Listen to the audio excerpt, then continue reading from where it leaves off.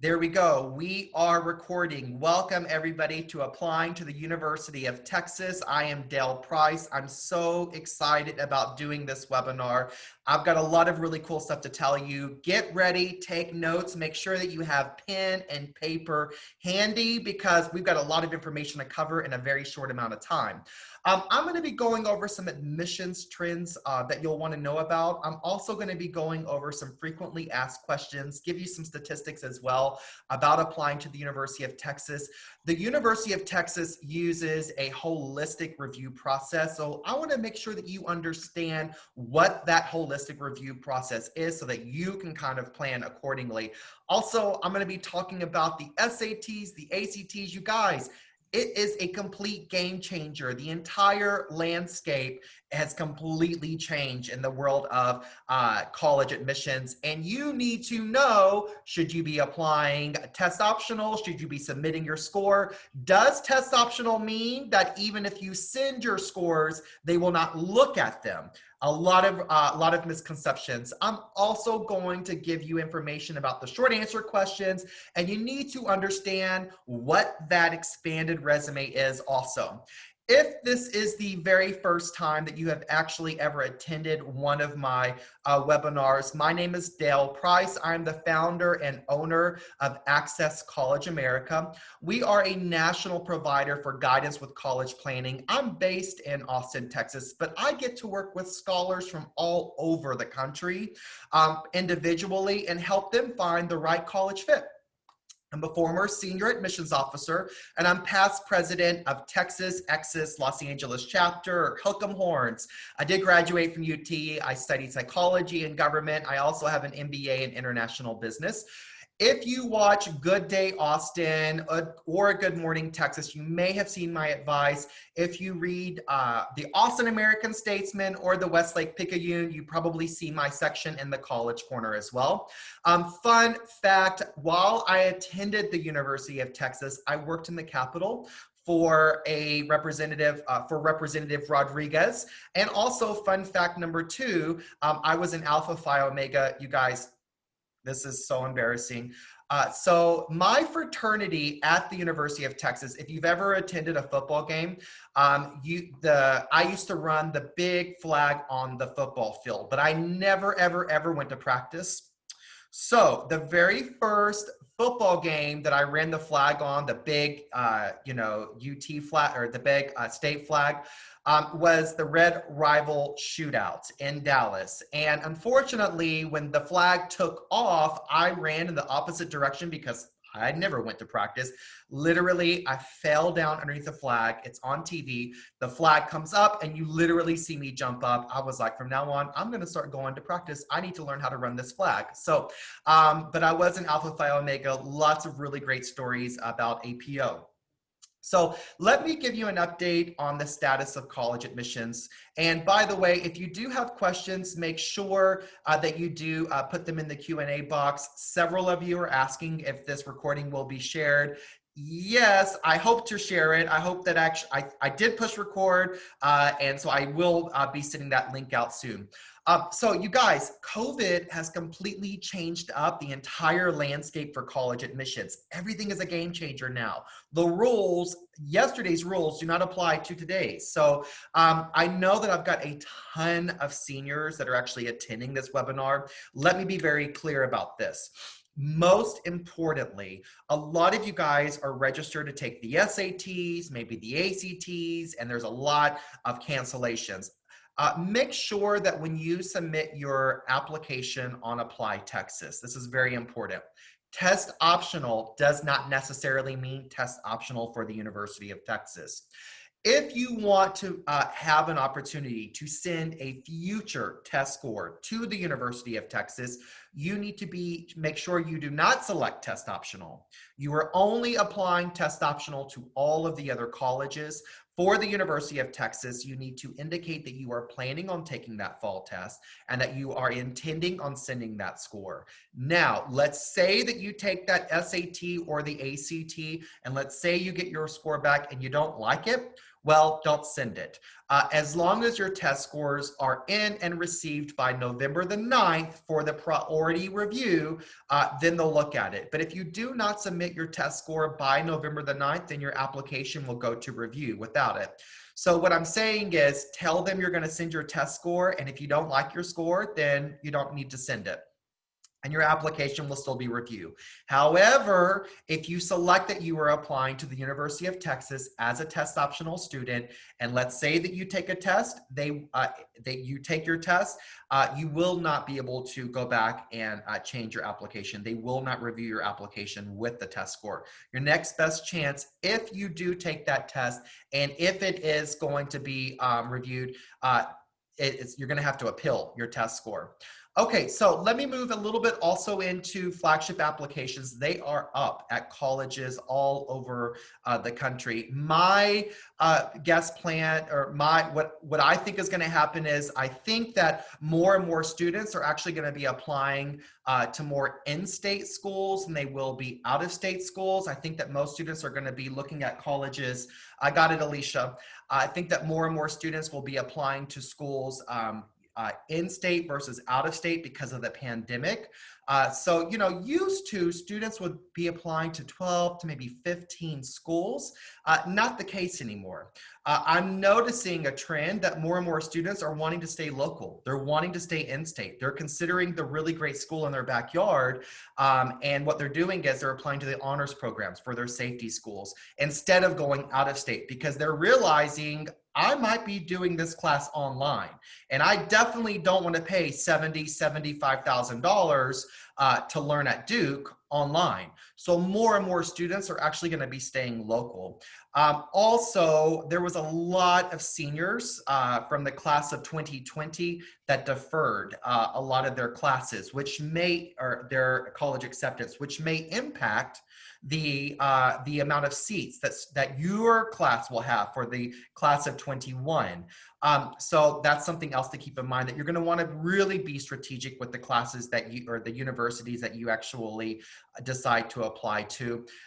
Also, international students may have a harder time getting visas to actually study over here. So, there's so many changes that are happening, but if you are planning on applying to a flagship institute, UGA, Chapel Hill, Chapel Thrill, as some people call it, or the University of Texas, these are among the most popular programs in any state. STEM, business, most competitive majors, up there with nursing as well. Early action, I'm expecting that more and more students will be applying early action than ever before. My general rule of thumb is to get all of your college applications done and submitted by September the 1st. It is August the 28th. So you want to make sure that you get your application in sooner than later. Some colleges will be reviewing applications as they come in. They may not release the decisions until after their early action deadlines, but you definitely want to make sure that you're among the applications in the top of the stack. For the families that I work with, I refer to everybody I work with as scholars, but for the families that I work with, I actually recommend that they get their application submitted by October the 1st. Demonstrated interest is going to be key, meaning that you've got to be engaged with the college or the university in order to, to really make sure that they know that you're serious about attending their college or their program. So definitely make sure that you are involved in the game. So let's go over some Texas stats. You guys, University of Texas is a public Ivy League school. It's a research-rich institution, tons and tons of museums, huge endowment, and it is the most selective school in the region, minus Rice, who is number 1. Lots of notable alumni, First Lady Laura Bush, actress Renee Zellweger. I actually went to college with the Bush twins, not gonna lie, that was crazy. I was there the year they got busted for drinking underage, as a matter of fact. Yep, I was there. I wasn't there with them, but I was there. They were, so crazy story, won't go into that. Farrah Fawcett, personal favorite, she also went to UT. So let me go over some stats for you as well, because I'm getting a ton of questions about the college acceptances also. So 89% of the students that UT admits is actually going to be in-state. If you're out of state, you've got around an 8% chance, and less than 3% of those that are going to be admitted are going to be will be international. But I also want to be very, very clear about this as well. So really important here. About 75% of the students admitted into the University of Texas are going to be in the top 6% of their graduating class. So let me just kind of explain how competitive UT is. Top 6% will account for around 75% of the students they admit, which means if you're not in the top 6%, you have around less than a 20% chance of getting admitted into UT. It is competitive. And that statistic does not necessarily account for if you are applying to some of the most competitive majors on campus, computer science, anything STEM based. So, the Macomb School of Business, natural sciences, the Cockrell School of Engineering. These are among the most competitive programs. And if you were planning on applying as a psychology major or econ major, those two majors will be the most competitive majors within the College of Liberal Arts.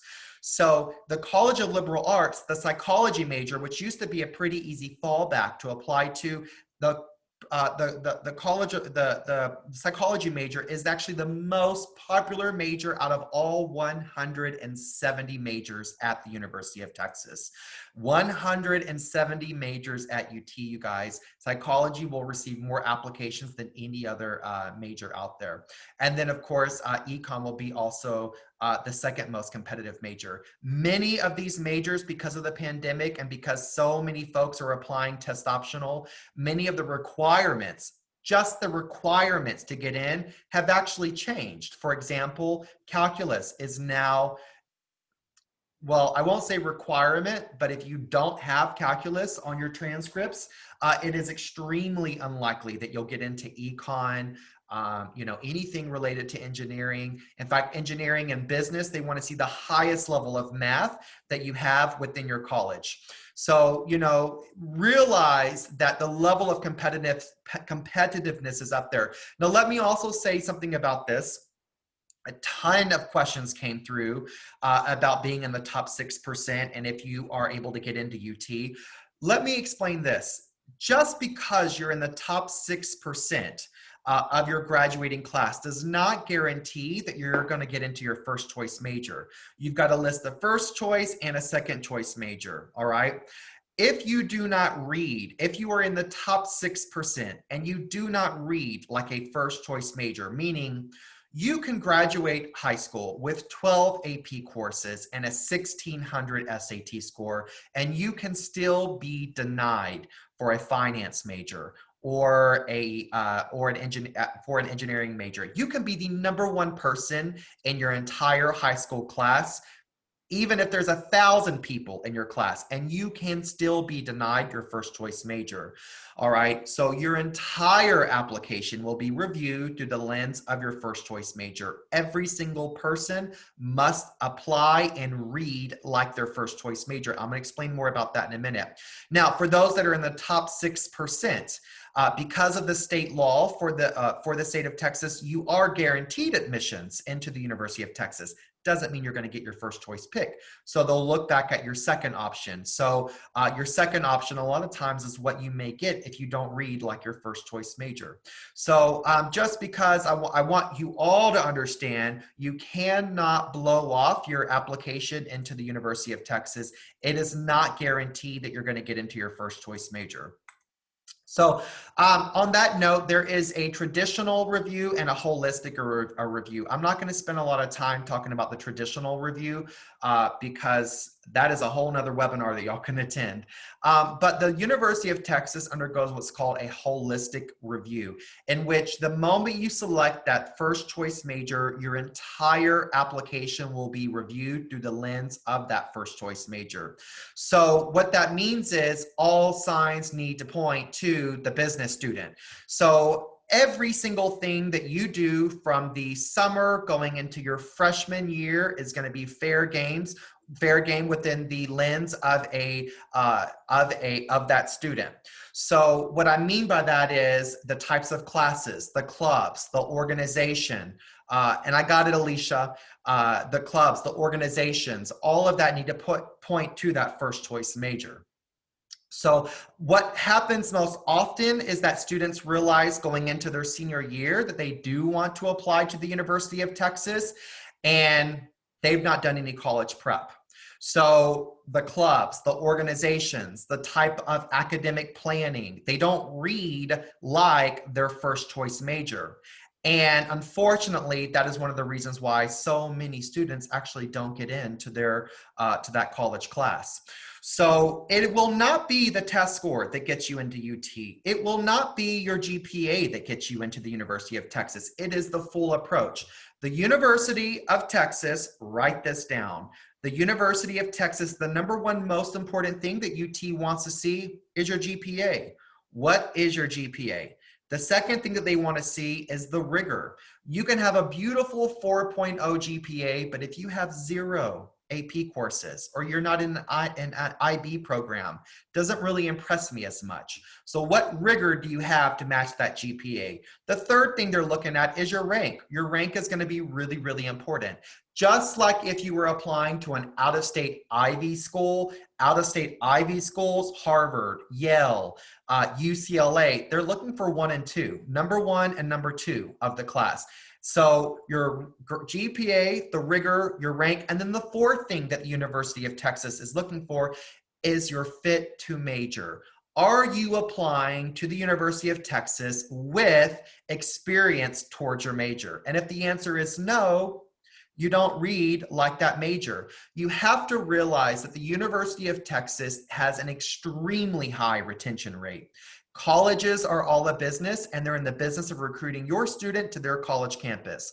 The reason why students start and graduate from that from the University of Texas at such an incredibly high graduation rate is because the people that get into UT aren't changing their majors. They don't need time to figure their life out. They have proven that they are a biology major. They have proven that they do want to study psychology or engineering, things like that.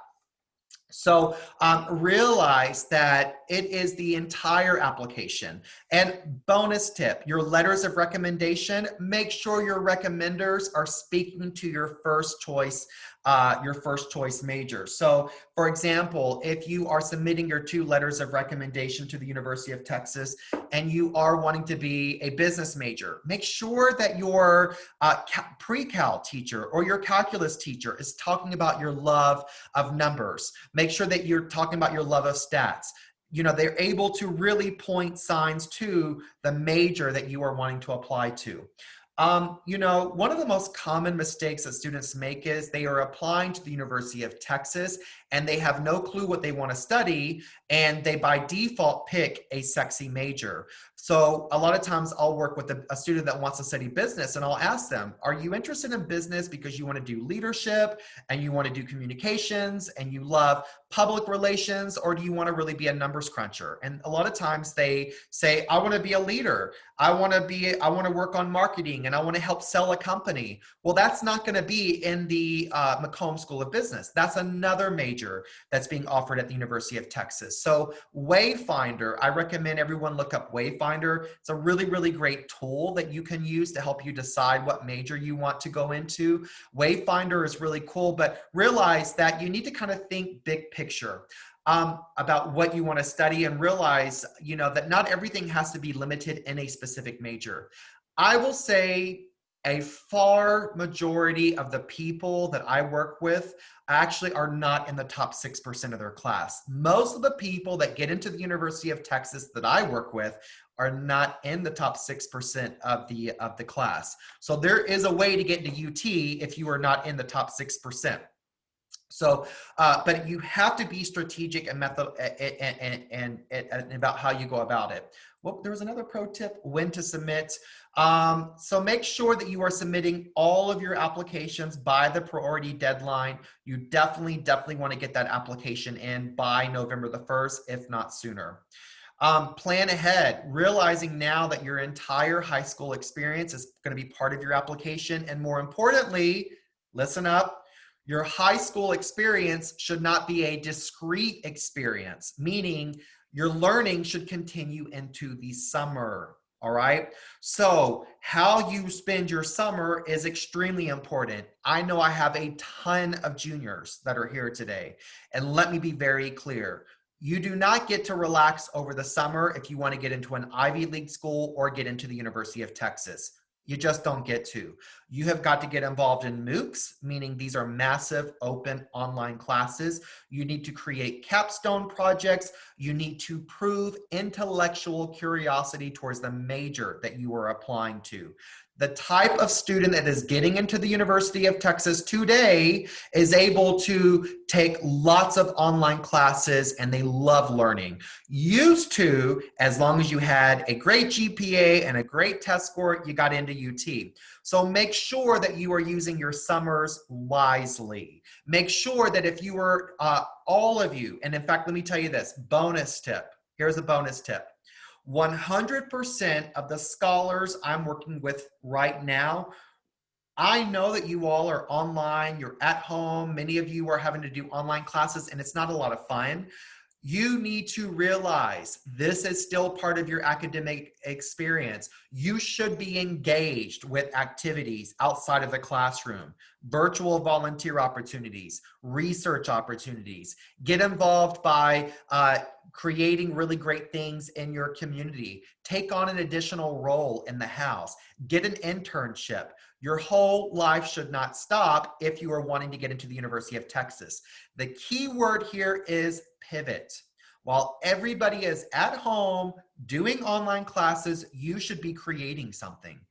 Academic planning, and then I'll be taking a real quick second here in a moment to allow Alicia to ask me a few questions. So if you do have questions, go ahead and log on or go ahead and type in the questions that you have. I'll be stopping here in a moment to allow her. Academic planning, all 4 years, as I have mentioned, is going to be important to your entire college application. So if you are wanting to get into anything business, engineering, natural science, nursing, realize what you need to do is get to the highest level of math and science possible. It will be really, really hard for you to go into engineering with pre-cal. It will be same thing with business, same thing with economics. So you want to map out your 4 years and you want to think about what major do you want to get into. If it's anything that I just mentioned, you want to make sure that you're getting into multivariable calculus. You want to be able to prove that you can keep up with the rigor being offered at your high school if multivariable calculus is offered. So your application is going to be reviewed through the lens, or you will be compared through the strength of your school profile. This is another important component that not a lot of people talk about.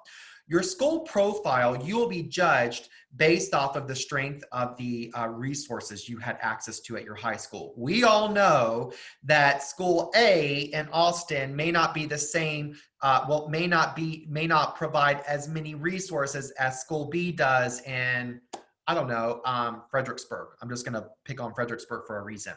So, you need, a college admissions officer is gonna look at your high school.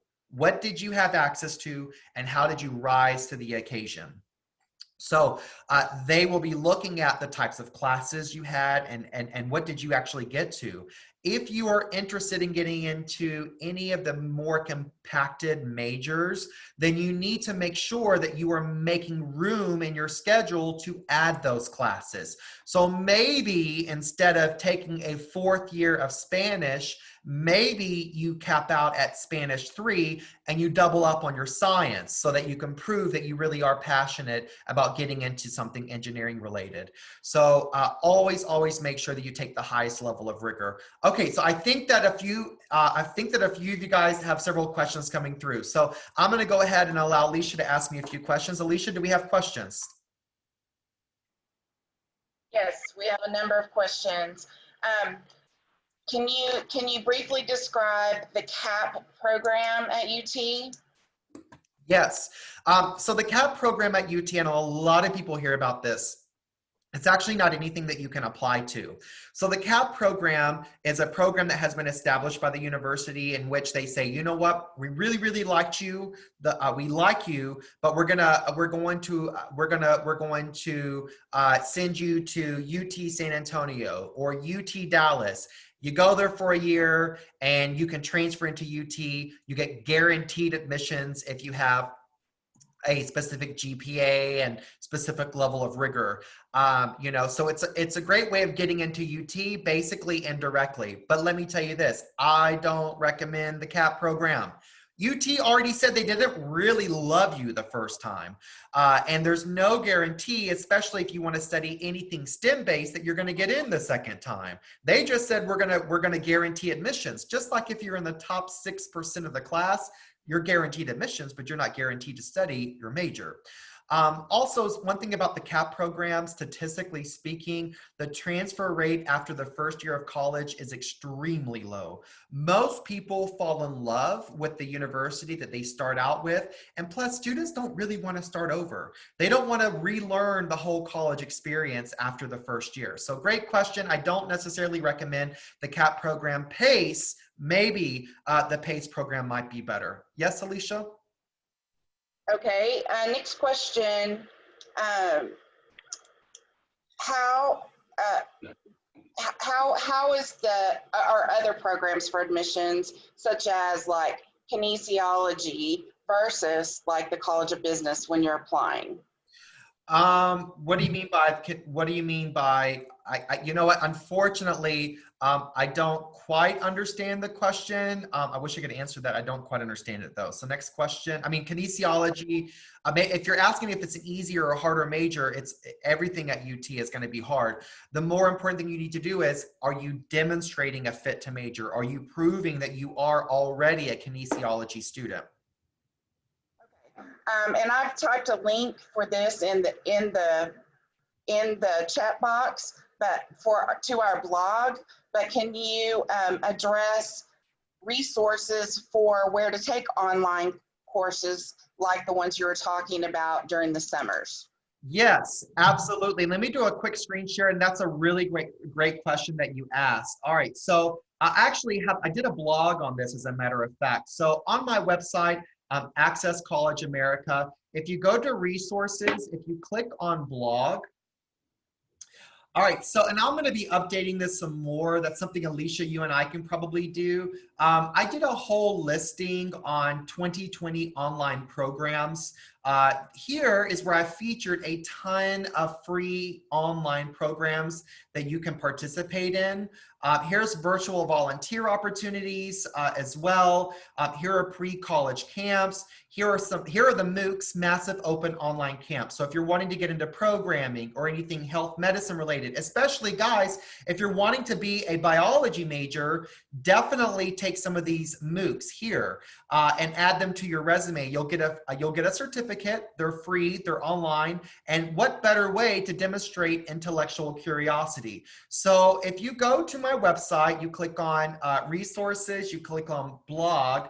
Also, and you scroll down, you'll see that. Also, for those that are interested in engineering, I've got my blueprint for getting into an engineering program right there. While we are here, you can click on services, attend a webinar. I highly, highly recommend that everybody attend my webinar coming up next Tuesday on scholarships. As a former scholarship chair and past president of Texas Exes, here is where I will be giving you the inside scoop and all things you need to know about related to merit aid and scholarships. Also, definitely attend award-winning essays. Juniors, listen, you do not want to be working on your main essay this late in the game. You should be starting your main essay around March or April of your junior year. So here is where I tell you how to get started on that. And then if you're a freshman or a sophomore, definitely College Planning 101. So make sure that you attend the full webinar series. Also, if you are interested in applying for scholarships, I have a Scholarship Central page in which I have listed over 100 scholarships here. Many of these you can go ahead and get started on right now. You do not need to wait until you're a senior to start applying for scholarships. Finally, if you click on services scheduled session, if you are a freshman, sophomore, or junior, and you do want to learn, look at me. Here I was. This was my flashback Friday, by the way. Today was 2 years ago. Today I went to LASA for the first time. Really, really cool school, by the way. Here, you can learn about my services. You can schedule a consultation if you want to learn about being on my team. I am full for seniors, but I am accepting scholars for freshmen, sophomores, and juniors. So make sure that you use the Access College America website because lots of cool information. Lastly, if you want to read all of my news articles, definitely recommend checking them out. Here they are right here, including this one called Crack the Code, Getting into the University of Texas. So maybe, Alicia, you'll want to put this in the chat box. My advice for getting into UT was included in the Austin American Statesman. So definitely check that out. Okay, cool. So now you know to go to my website and you'll get tons of really cool resources as well. Do we have any other questions, Alicia, or can I move on? We've got lots of questions coming in. A lot of them are centering around the honors programs that you briefly touched on. One of them mentions the Touring Scholars Program, and another one specifically asks if your first choice major is one thing and honors program is your second choice major. I mean, can you list it that way? No. So honors is not a major. So a lot of you all may be applying to what's called Plan 2, which is the highest regarded honors program in the country. It is one of the most competitive programs. It is not a major. So you list your first and your second choice major, and then you will be submitting your honors essays through My Status, which is the university portal. You cannot attach an honors essay into Apply Texas. So you guys need to realize you can apply to the University of Texas either using the Coalition application or the Apply Texas application. I do not recommend submitting your application through the Coalition application. It's a nightmare. Apply Texas is going to be the best application platform for you to use. Word to the wise, it's not very modern. So you need to make sure that you save it very often or else your entire work is going to disappear. Unlike with the Common application auto-saves. So you have the Coalition application, you have the Common application, you have Apply Texas, and then you can apply to the university direct. Do not use the Coalition application. Save often using Apply Texas. You don't want all of your work to disappear. Common application saves automatically. If you're applying to an honors program, then once you have submitted your application to the University of Texas, you can upload your honors application directly using the My Status portal. The My Status portal is like a locker that will keep track of your entire college applications. Any other questions? Yes, I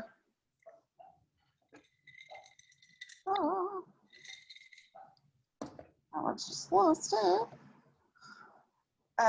So if you're doing like an at-home project, how should that be formatted to showcase that? Should it be on your resume, or how do you let the university know of projects like that? Yes and yes. So if you're doing an at-home project, often referred to as an independent project or a capstone project on your resume, the University of Texas is going to want to see that for sure. So that's a great segue into the expanded resume. And I'm actually going to kind of skip a few screens and we're going to move directly into that. I'll be going back, so you guys don't worry about this. Your expanded resume is going to be one of the most important parts of your entire college application. This is literally a catalog of every single thing that you have done from the summer going into your freshman year of high school all the way through the senior year. All the way through the senior year. So if you are a senior right now, your expanded resume should include the activities for next all the way up through May. So generally speaking, you want to list every single thing, unlike a resume. And traditionally, your expanded resume will be 3 to 5 pages. It can go above 5 pages. I have seen it go above 5 pages, but it needs to be really great meat and potatoes. You will not list your items in chronological order. You will list your items based off of the fit to major. So for example, with your section on community activities or volunteerism, you want to list the activities that are directly related to your major first, and then you'll work your way down. For another example, your school leadership, you'll list the activities that are directly related to your first choice major, then you'll work down, and so on and so on. Now, a lot of you guys, especially for those that work with me, you all are creating projects outside the classroom. You are doing research. You were shadowing doctors before the pandemic. So there needs to be a section on your resume that's labeled independent study or capstone project. In that section is where you will list what you have done. Now, the University of Texas loves to see everything quantifiable, right? So don't just say, for example, that you are president of the student government. You want to say you were elected president of the student government, that you beat out 10 candidates. The student body is a size of 2,500 students, and I'm actually talking about a real scholar that I worked with. And you want to talk about your executive board of 5 leaders. And then you want to talk about how many projects you actually worked on over the summer. Way better than saying president, student council. So quantify everything and use action verbs, meaning, you know, elected, organized, spearhead, led, managed. The expanded resume is optional. You do not have to submit the expanded resume, but it is a rookie mistake if you do not submit one, and you need to be clear on how to create one as well. It is unlike any other application. The University of Texas is unlike any other application I'm aware of in the country, aside from University of Michigan and several small private schools. Mostly small private schools will review applications holistically. It's rare that a big state school will do that. So the expanded resume needs to be a catalog of everything you've done. You do not list it in chronological order. You start with the summer going into your freshman year of high school, wrap it up around the senior year, and then also include and list everything in regards of that fit to major. 3 to 5 pages. Clubs, organizations, volunteer opportunities, any research. I actually require all of my scholars to have a LinkedIn account. On that note, if you don't have a LinkedIn account, you need to create a LinkedIn account. Follow Access College America. The name's right behind me. Create a LinkedIn account, follow us, and include that also on your resume. So you'll have your name, your phone number, your address, a link to your LinkedIn account, also, and then you'll have your email address as well, followed by your UTEID, your UT electronic identification number. It goes in that order for you. Everybody should have a LinkedIn account, and the reason why is because you really want to make your resume come to life. Admissions officers love to click on resumes, so you know, I did it. You click on the resume, takes you to your LinkedIn account, and you should be over the last few years posting activities, clubs, accomplishments. When you do a MOOC, post the certificate that you received from that MOOC on your LinkedIn account. So an admissions officer can see, what are you really curious about?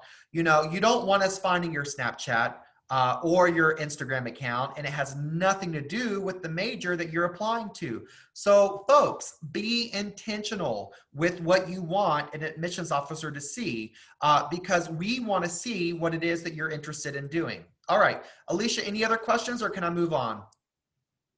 Yes, can you explain once again, what's the main difference between a regular resume and an expanded resume? Great question. So yes, so you need really 2 resumes, especially if you're applying to UT. The expanded resume is only going to go to the University of Texas, and it's not really a resume. It's a catalog of everything that you've done, organized in the way that I just talked about. The resume is a 1 to 2 pager. It's really just the meat and potatoes of what you've done in school. I tell you what, if you follow Access College America on Facebook or Instagram or LinkedIn, or on Twitter, I will send you my resume template completely free. Send me a message and I'll send it to you. Your resume template, my resume template is an academic resume. It's been approved by colleges from coast to coast to coast. And it's actually one of the very first things that I work with my scholars on creating. So your resume, again, 1 to 2 pages tends to be basically the meat and potatoes of what you worked on. That can go to every single school. But the expanded resume is only going to go to UT. Don't send the expanded resume to any other school. They're going to think you're crazy. So, but make sure that you do follow Access College America on your social media outlets, Instagram, Facebook, LinkedIn. Send me a message. I'll send you my resume guide completely free. Any other questions, Alicia? We're good for right now. Thank you. Awesome. Great. All right. So these are really, really great questions. I do want to back up a little bit and go over a few things that I wasn't able to go into. Let's start with the short answer questions. Okay, guys, the University of Texas, you're going to have at least 3 short answer questions. You might even have 4 if applicable. This is extremely, extremely important. The first short answer question that you're going to have is about your major. Realize the short answer questions, it is a replacement for your interview. You will not be able to interview for the University of Texas, so you want to be strategic with how you answer these. Your first question is, why do you want to study this major? It is 3 short answer questions in one, all right? This is not the space for you to talk all about what you want to do in the future, what you want to accomplish, what you want to succeed. That is not the space for this. The 3 things you need to cover in this is 1/3 of this answer, and I'm going to pick on, I will talk about a real question that I just recently read. Let's see here. Someone that wanted to get into engineering. Well, I'm just going to go ahead and talk about it anyway.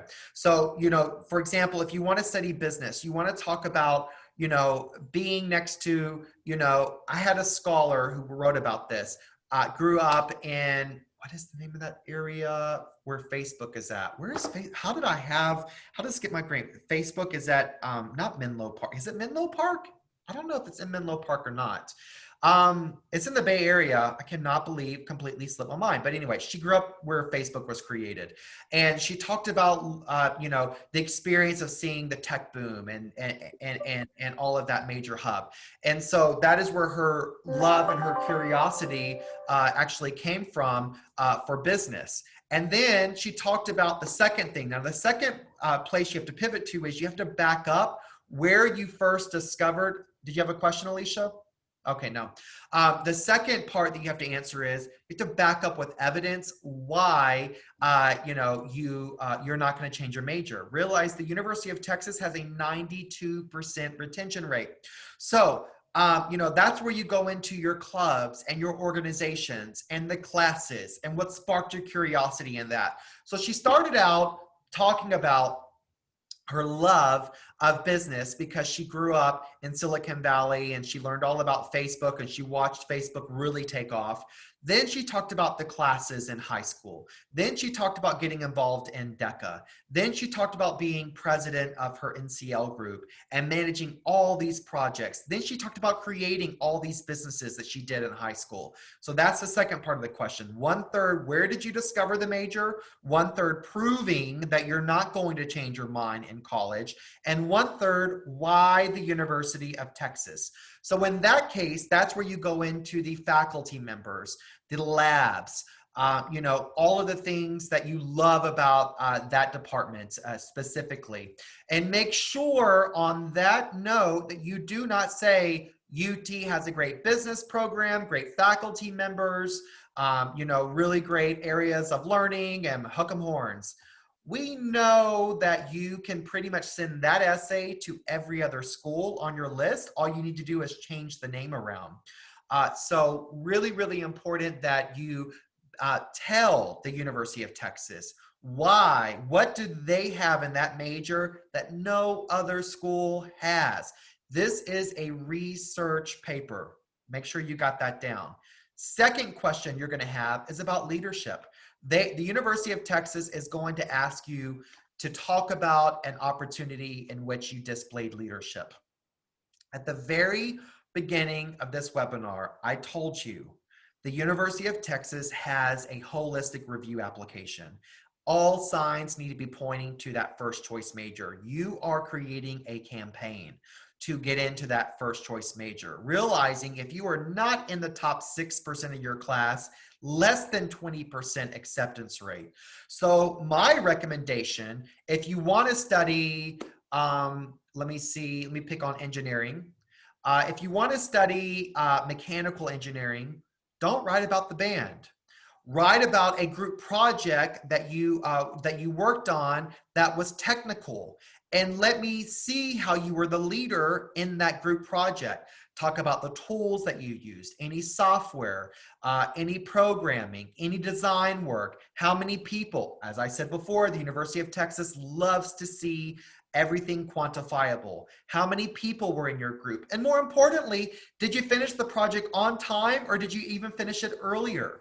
So again, your entire application is going to be filtered through the lens of that first choice major. So again, your leadership question, try to pick examples that highlight your skills in that area. Your third short answer question is called communities and perspectives, or perspectives and community. I think I got it flipped around. That is where they want you to talk about your experiences and your perspectives that has shaped who you are, and what does that mean for the University of Texas. I can't believe I just memorized that. I've been reading this prompt for so long, but that's the prompt. That's embarrassing. So not embarrassing, kind of nerding out here that I know that now. Anyway, they're asking for another 3 things. So the third short answer question for the University of Texas is actually the hardest short answer question out of all 3. They want to know basically 3 things. You have experienced something. You have been in, whether it is a family tradition, whether it's a travel abroad, whether it is an interaction with a stranger, you've experienced something. 2, it left a mark on you, and how do you filter? How do you see the world now? What is that? What is that filter in which you judge things now? So you've experienced something, a tradition, a trip, a family member, something happened, an interaction. Now you judge things differently. Third thing is, what does that mean for students on campus? Meaning, what kind of roommate are you going to be? What's going to happen at a cafe if you're there and you see somebody that needs help? What kind of student are you going to be in a study group? You know, they want to get an idea of what are you going to be like on this college campus, and why? Where did you get that from? The motto for the University of Texas is what starts here changes the world. And they want to know, how are you going to change the world, and how do you judge things? How do you filter things? It is a hard question to write. The third short answer question is a combination of your main essay, which is up to 650 words, self-reflection and discovery, and a combo of your second short answer question, which is about leadership. So they really do want to see both of these merged together, and then they want you to answer number 3. The most common mistake that students make in short answer question number 3 is they write about diversity, they write about perspectives, and it doesn't really fit. You're not answering the question. So make sure, juniors, that you get started on these short answer questions way sooner than right now, because as you can see, there's a lot going on. So let me go ahead and talk a little bit about test optional programs as well. This is brand new for the University of Texas, and go ahead and squeeze in your last few questions, because I'm going to be wrapping up here pretty soon. So if you do have a question for me, go ahead and get that in the Q&A box, because I will be almost done in less than 10 minutes. All right, so me talking a lot. Oof, I'm going to lose my voice. Test optional does not mean that the University of Texas does not want to see your scores. They do want to see your scores. Your test scores, and I actually have an article coming out about this in the Austin American Statesman pretty soon. Colleges and universities love your test scores. They report your test scores on marketing material, brochures. They release them on their website. They use it as a recruitment tool. They want to say, check out our average SATs. You know, those that got into the Macomb School of Business, average SAT 1450. You know, they really love to show those scores off because, again, colleges are all in a business and they're in the business of recruiting you to their college campus. The second reason why colleges love test scores is because it impacts their financing. So the higher the test scores, the less interest rate that a university is going to get, because banks trust trust them as lenders. Banks trust the fact that you're admitting students with 30, 31, 32 ACT scores. They know they're going to get their money back because you've got all these students coming to your campus that have a promising future. So realize that by default, colleges and universities, they do want your test scores. On that note, colleges and universities, test optional does not mean test blind. The University of California system, if you're in the class of 22, will be test blind, meaning that even if you submit your test scores, they ain't gonna look at them. The University of Texas will look at your test scores if they're on file. So that does not mean that if you do not have a good test score and it's on file, that they won't look at it. They are going to look at that test score. On that note, for the University of Texas, here's my advice if you should send your test scores. 1, is this test score truly reflective of your accomplishments, of your ability? Are you really proud of that test score? If the answer is yes, then send it. Second, is this test score something that is older and you weren't able to take a new test because of the pandemic? But when I say older, is it a pretty solid test score that maybe if you took it once or twice more, you'd feel a little bit more confident about it? Consider sending the score. We know as admissions officer that old test scores, statistically speaking, improve second and third times that you get to take a test, meaning that if you had an opportunity to take a test score a second or a third time, I know that your score would have improved. So, you know, if it's an old test score, it's pretty good, but it's not your best. I know if I see that score on record, you probably would have had a stronger score if you had an opportunity to take it. So if you're in that gray area, maybe you want to consider sending it. Third piece of advice, every single one of you should know who your admissions officer is at the University of Texas. Your admissions officer is going to be doing the very first read of your college application. If you do not know who your admissions officer is at the University of Texas, you need to figure that out right now. You need to know who's going to be reading your application. Now, if you do know who your admissions officer is, for example, Winston works with a lot of people in South Austin. Ask Winston, hey, I got a 1300 on my SAT. It was back in March. I'm thinking about applying to communications. What do you recommend? Winston will probably tell you, send it. Or you can ask Eniola if you live in North Austin. I think Eniola handles the North Austin territory. Hey, I got a 1350, but I'm applying to engineering. Is it strong enough? She might say, listen, I'm seeing scores come through that are 1500. I don't know. Maybe hold off on that. The other piece of advice I have is, statistically speaking, look at the median range for the test scores in your major. Does your score fall within that range? The problem with that, though, I say, is that the scores you're looking at are from last year when students were able to take the test 2 and 3 times.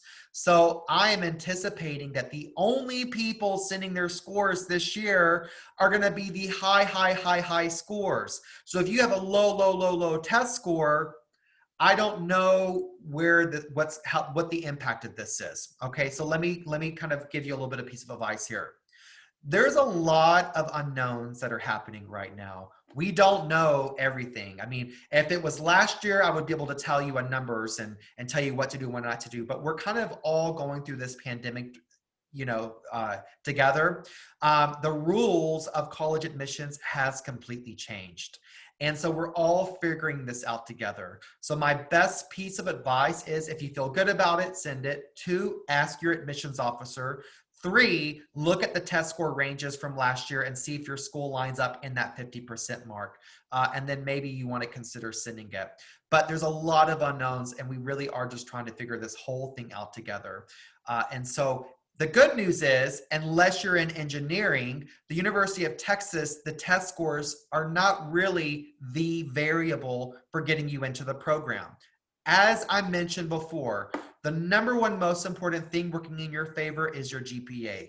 The second most important thing is going to be the level of rigor that you've selected in your high school. You can have a 3.8 GPA, but you only took one AP course, or you can have a 3.8 GPA and you took 8 AP courses. The third most important thing is going to be the rank, and the fourth most important thing is going to be your fit to major. I'm not impressed with a 1450 SAT score if you don't have a fit to major. So on that note, that is the screening process for the University of Texas. It is unlike any other screening process, and make sure that you choose wisely. Lastly, choose wisely your major. All right. You may have to decide, do you want to be a business major or do you want to be a Longhorn? You might not have an opportunity to do both. So make sure you choose wisely. And if you don't know what you want to study, look at the College of Undergrad Study, UGS. It's a really great college to go to, and you can springboard from that school and transfer internally into another school. So maybe you start out at UGS, the College of Undergrad Studies, or maybe you go directly into liberal arts and then find a major within liberal arts that's the right fit for you. Before we wrap up, and I do want to get to a couple of more questions. I know we have so many questions coming through. I do want to say this, lastly, if you are interested in learning more about services, I am accepting freshmen, sophomores, and juniors. I do a la carte hourly and packages. The packages are more project management based. And I like to say, for all in an airplane, the student is the pilot, mom and dad is the co-pilot, and I'm the GPS. So I literally create a curriculum for every single one of my scholars. I become the task manager. Mom and dad get to focus on keeping the peace in the house. So you all outsource this whole thing to me, and I create the curriculum for the student. So that is my role as a college consultant. I work with my scholars exclusively. I have their exclusive interest in where they're going to go to college, and I help them find the right college fit. We create a balanced college list of 6 to 8 schools. There's safeties, there's targets, and there's reaches. And I also help them apply for scholarships and appeal financial aid award letters. We do essay preparation, brainstorming, editing, revising, coming up with a tone, topic selection. We also do career exploration as well, in which we're identifying different areas of strengths, weaknesses. Sometimes the best thing to do is start with career exploration so you can really map out what you want to do over the next 4 years. We also do SAT, ACT test planning to identify, are you stronger in the SAT or ACT?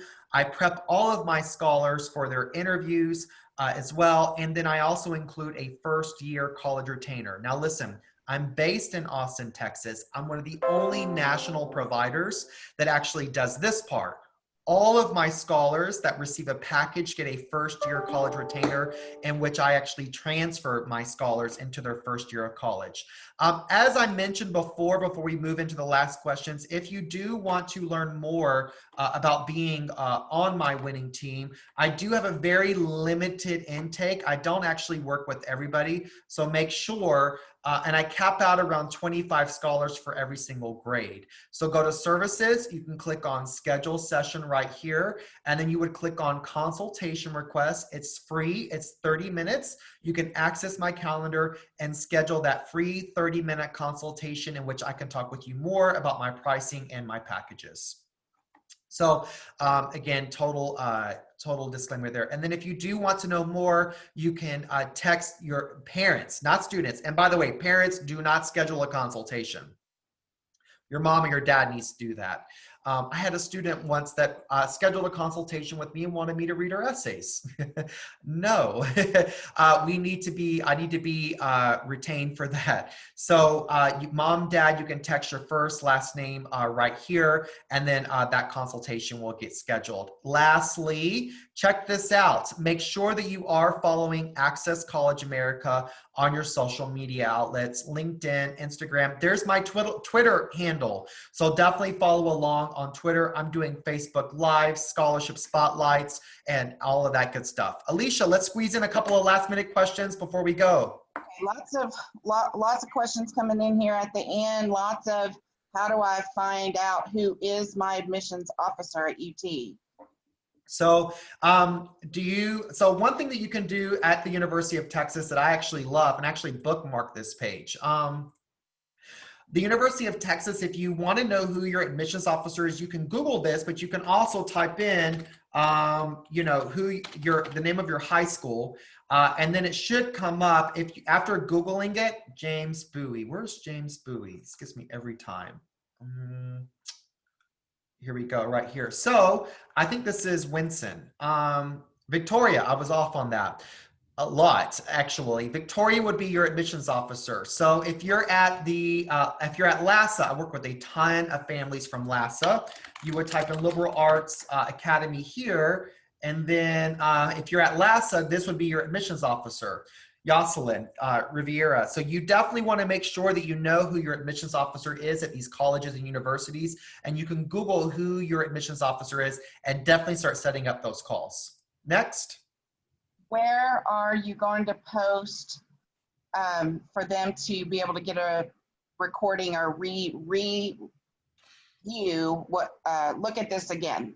Okay, so once I'm done recording it, which is going to be about 5 minutes, I will upload this to my YouTube page. My YouTube page, you can follow along also. It is Access College America, and that's where I'll keep everything. Also, I'm glad that they asked that question. Whoever answered that question, thank you. If you go to resources, if you go to archived webinars, I will probably post it here on this page. This is where I've done several interviews, and you can see all of my archived webinars here. So give me about a week to post that here, but it'll be under resources and archived webinars. Great question. Okay, one last question. If leadership-wise, would starting a new club but with very few members still show good leadership? Yes, as long as you can show growth over time. So, I have a lot of scholars that I work with that are interested in going into all different types of majors. And the most important thing is that you can show growth over time. You can show that you're making an impact. You're making a change. What starts here changes the world for the University of Texas. That is their motto. They want to see that you're engaged with opportunities outside the classroom. Okay. Final question. About the ACT. He likes all of his sections besides his math section. That's the only section he wants to retake. They're not offering just taking one section. Should he retake the whole test? I don't know that you can just take one part of the SAT just yet. So you would probably need to consider retaking that. But no, they don't. Yeah, so you would need to. Yeah, you would need to take the whole thing all over again. Hey guys, I want to say thank you so much for attending today's webinar. Make sure that you follow the series as well. Coming up is going to be one on scholarships, then essays, then college planning. So thank you guys so much, and make sure that you are following Access College America on your social media outlets. Like, retweet us, but send me a message if you are following, because I want to get you that resume template. I won't know if you're following unless you email me. Alicia, maybe you can put in the chat box my email address, unless you email me, so that I can definitely get that resume template out to you guys.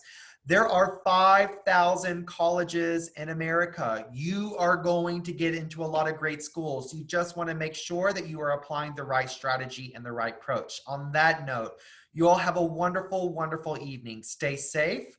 Make sure that you are applying the right strategy for the University of Texas, and hook 'em horns. Have a great day. Bye-bye.